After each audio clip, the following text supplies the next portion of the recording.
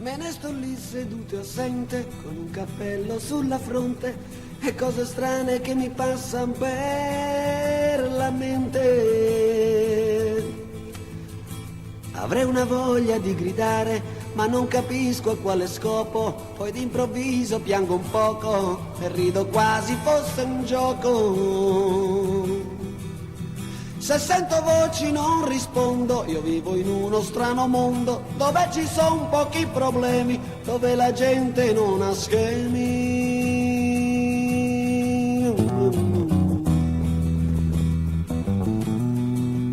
Non ho futuro né presente, vivo adesso eternamente, il mio passato è ormai per me distante. Tutto quello che mi serve, nemmeno il mare nel suo scrigno, a quelle cose che io sogno e non capisco perché piango.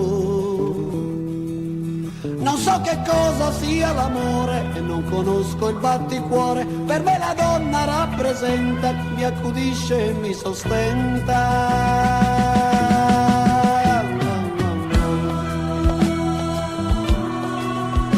Ma ogni tanto sento che gli artigli neri della notte mi fanno fare azioni non esatte. Un tratto sento quella voce, qui comincia la mia croce, vorrei scordare e ricordare, la mente mia sta per scoppiare.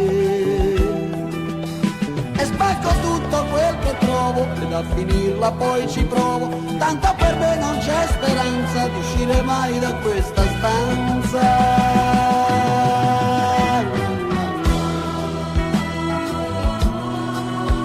Sopra un lettino cigolante, in questo posto allucinante, io cerco spesso di volare nel cielo. Non so che male posso fare se cerco solo di volare, io non capisco i miei guardiani perché mi legano le mani. E a tutti i costi voglio anche indossi un camice per me, le braccia indietro forte spingo e a questo punto sempre piango.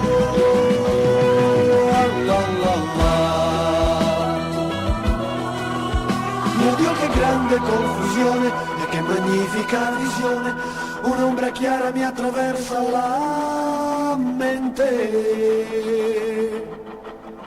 Le mani forti adesso mordo e per un attimo ricordo che un tempo forse non lontano qualcuno mi diceva t'amo. In un addio vanilla voce scrive nell'animo una pace, ed è così che da quel dì io sono seduto e fermo qui. La la la la.